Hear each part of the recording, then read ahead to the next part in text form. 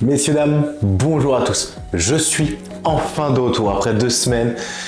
J'ai eu mes partiels, il y a eu les maladies qui sont arrivées, il y a eu tout ça. Ma dernière vidéo date du salon de la nutrition. Mais promis, je suis de retour, j'ai le temps, je vais m'avancer sur les vidéos. Promis, je vais être un peu plus discipliné. Mais aujourd'hui, on parle de quoi? L'alimentation émotionnelle, ça te dit quelque chose? L'alimentation émotionnelle, c'est quelque chose qui touche tout le monde, qu'on soit jeune, ado, préadulte, adulte, ancien, enfin un peu plus vieux, ça touche tout le monde. Mais aussi, c'est quelque chose qui est tabou, on a du mal à en parler, on a du mal surtout à reconnaître cette faim-là, parce que nous allons voir par la suite qu'il y a 3 faims différentes. Et surtout, en vrai, on en parle partout. Si on regarde juste dans les films, c'est le premier exemple qui m'est venu quand j'ai écrit la vidéo. Quand une personne est triste, qu'elle vient de se faire quitter, qu'est-ce qu'elle fait? Eh bien, elle se met dans son canapé et elle prend un pot de glace et elle le mange et elle le mange. Et ça, c'est de la faim émotionnelle. Mais déjà, abordons le premier point. Quels sont les différents types de faim? Déjà, la faim, c'est quoi? On va dire, on sait tout ce que c'est un besoin vital, c'est un besoin physiologique, un besoin d'énergie, un besoin de protéines, de lipides, de glucides et de tout pour vivre. En fait, la faim, c'est quoi? Eh bien, c'est une sensation physiologique qui va se passer au niveau du foie. Quand le niveau de glycogène au niveau du foie va passer un certain niveau, donc un seuil bas, eh bien, c'est là où le processus de faim va commencer. Et l'un des meilleurs signaux pour définir qu'on a vraiment faim, que c'est une bonne faim, que c'est la faim physiologique, eh bien ça va se passer au niveau de l'estomac. Quand l'estomac va vous envoyer les symptômes de gargouillis, de maux de ventre, de crampes d'estomac, là on parle de faim physiologique et c'est à ce moment-là qu'il faut lui apporter ses besoins. Pour la faim mentale, on va se poser 3 questions. Pourquoi je mange?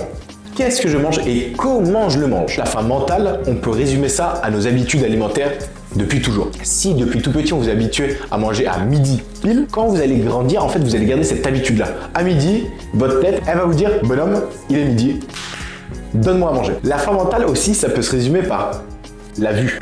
Vous allez me dire, la vue, la faim, c'est lié.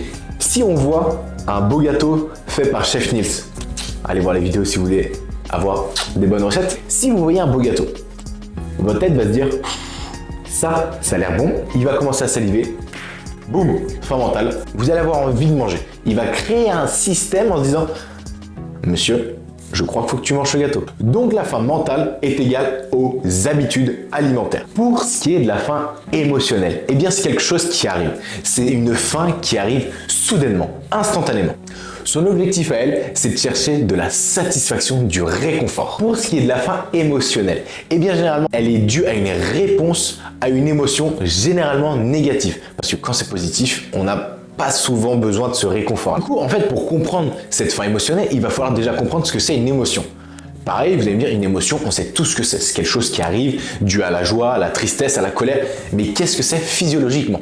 L'émotion est un état affectif généralement caractérisé par des troubles divers intenses. C'est aussi un état affectif de plaisir ou douloureux nettement prononcé. En fait, plus simplement, une émotion, c'est une réaction physiologique et physique à une situation quelconque. Mais du coup, en fait, quand une émotion négative va arriver, on va avoir une sensation qui va être très déplaisante et on va essayer de trouver une solution pour s'en débarrasser.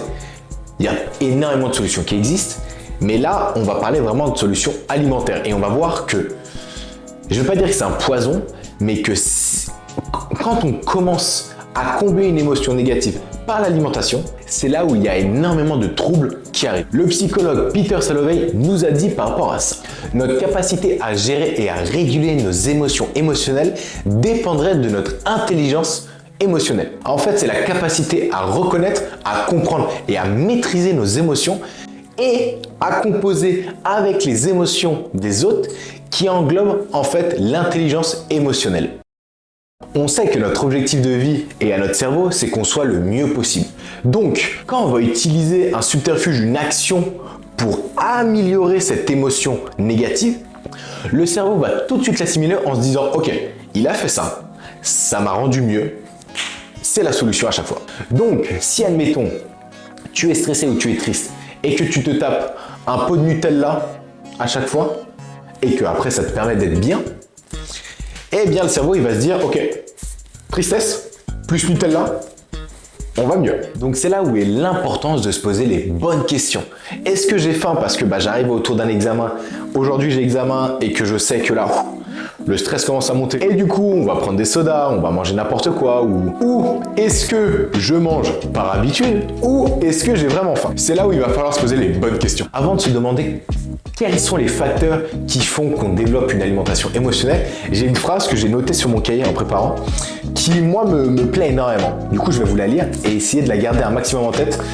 J'espère que ça pourra arriver. Cette phrase dit: l'alimentation ne doit pas être un frein à l'état de santé et ne doit pas être en aucun cas un élément perturbateur de notre conscience. En gros, l'alimentation ne doit être que positif pour notre santé physique, physiologique et mentale. Du moment où on sent que l'alimentation devient négative, c'est là où il faut se poser les bonnes questions.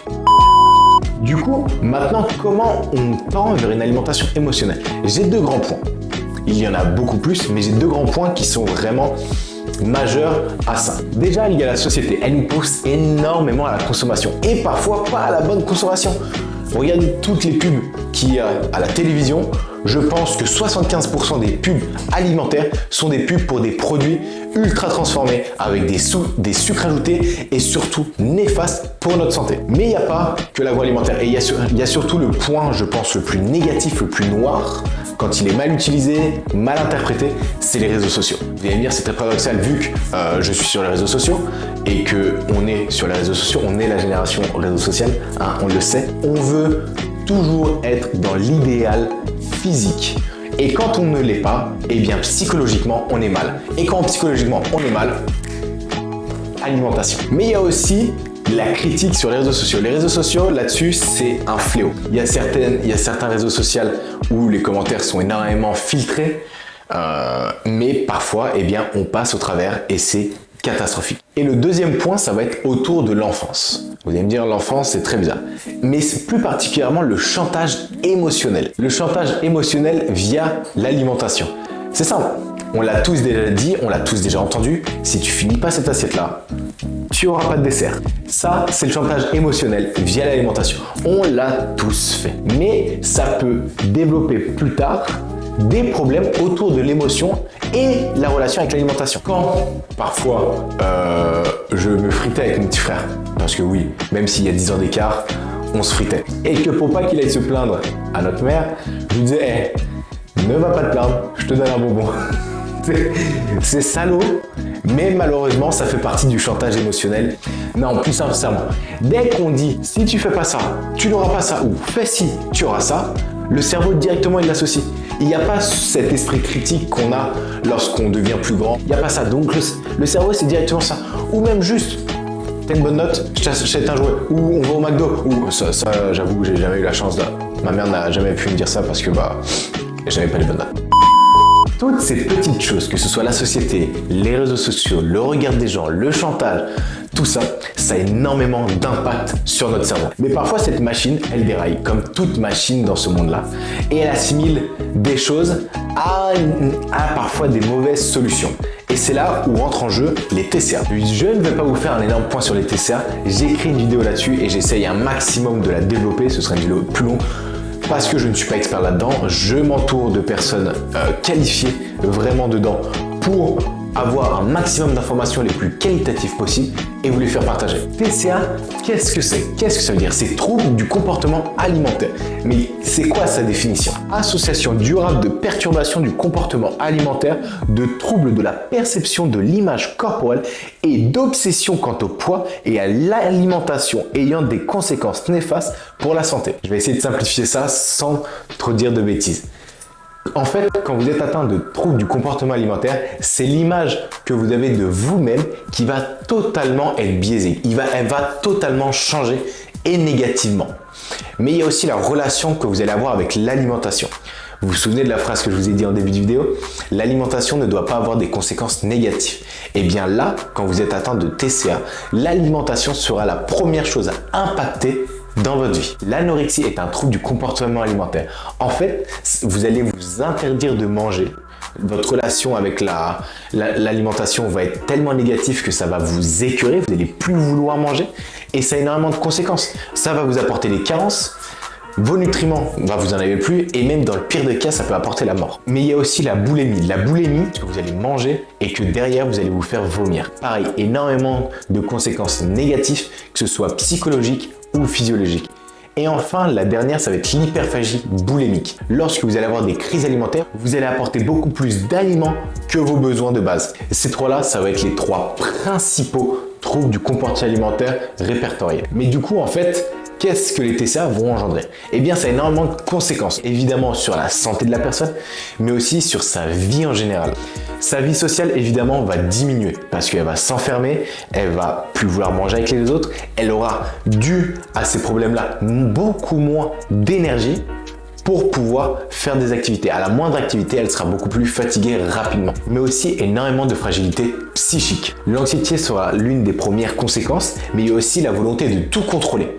Que ce soit le poids de l'aliment, qu'est-ce que vous mangez, quand vous mangez, la quantité, même la répartition dans l'assiette. Lorsqu'on va vraiment trier les aliments pour pas que ça se mélange ou quoi, ça fait partie d'un symptôme des TCA. Mais surtout, ça va être l'estime de soi et l'image corporelle qu'on a de nous-mêmes. Et en fait, c'est pour ça que c'est très important d'essayer d'en parler, d'essayer de trouver des solutions pour les arrêter, même pour faciliter notre vie avec, parce que parfois, eh bien, on n'arrive pas à s'en débarrasser, donc on vit toute notre vie avec. Donc, essayer de trouver des solutions, c'est un problème de santé publique majeur. Ça touche énormément de personnes.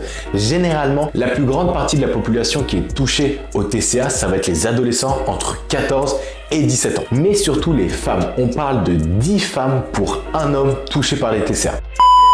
Une vidéo beaucoup plus détaillée sortira évidemment sur ce souci, sur cette maladie-là, parce que c'est important d'en parler, important d'essayer de vous donner un maximum de solutions. Donc une vidéo détaillée sera faite dessus, je vous promets. J'ai vraiment voulu en parler parce que la faim émotionnelle, en fait, ses conséquences, eh bien, c'est ces soucis-là. C'est les troubles du comportement alimentaire. Donc, il faut essayer d'en parler un maximum, que ce soit un professionnel, un membre de votre famille, ou même entre vous et vous-même, essayez de vous questionner du pourquoi vous mangez.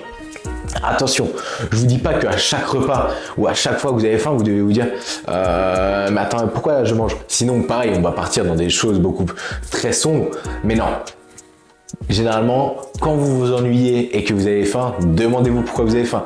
Quand il y a une approche d'examen ou quoi que ce soit, une compétition, quoi que ce soit qui pourrait vous faire stresser ou avoir de l'anxiété, demandez-vous est-ce que c'est utile de se réfugier dans l'alimentation? Est-ce qu'il n'y a pas le sport ou la lecture ou d'autres choses comme ça qui peuvent être beaucoup plus intéressantes que aller dans l'alimentation pour combler un problème émotionnel? Bon, eh bien j'espère que cette vidéo t'a plu, j'espère que tu as appris des choses. Si tu as des choses à me dire sur ce thème-là ou sur d'autres thèmes, n'hésite pas à me le mettre en commentaire. J'attends ça avec impatience. Je suis là, j'attends. Et si la vidéo t'a plu, n'hésite pas à mettre un petit j'aime, un petit commentaire, à la partager pour que ça touche un maximum de personnes. Et surtout, abonne-toi, je reviens en force avec des concepts et pas tout seul. Il y a une série que je veux lancer, elle arrive vite. Donc abonne-toi pour ne rien rater. Et on se retrouve très vite. Plus d'amour et de bisous. Ciao.